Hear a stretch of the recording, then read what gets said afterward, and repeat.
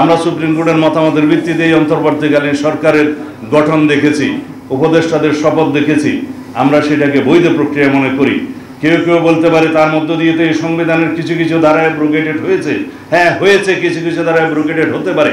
সেই জন্যই তো 106 এর মতামত নেওয়া হয়েছে।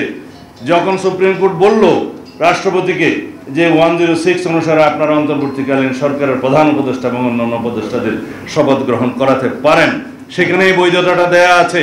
সুতরাং যারা বলছে অ্যাব্রোগেটেড হয়েছে, সেই অ্যাব্রোগেটেড পোর্শনটা এখানে কভার করা আছে।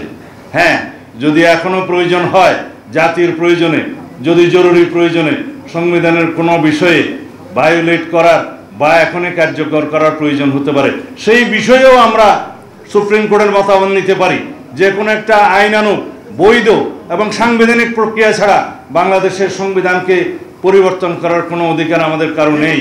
তাহলে পরে এমন একটি পরিস্থিতির নজির সৃষ্টি হবে, যে নজিরটা আগামী 2 বছর পরে, 5 বছর পরে বারবার কোনো না কোনো দাবির মুখে পড়বে যে এইভাবে এই প্রক্রিয়ায় আবার সংবিধান পরিবর্তন করা।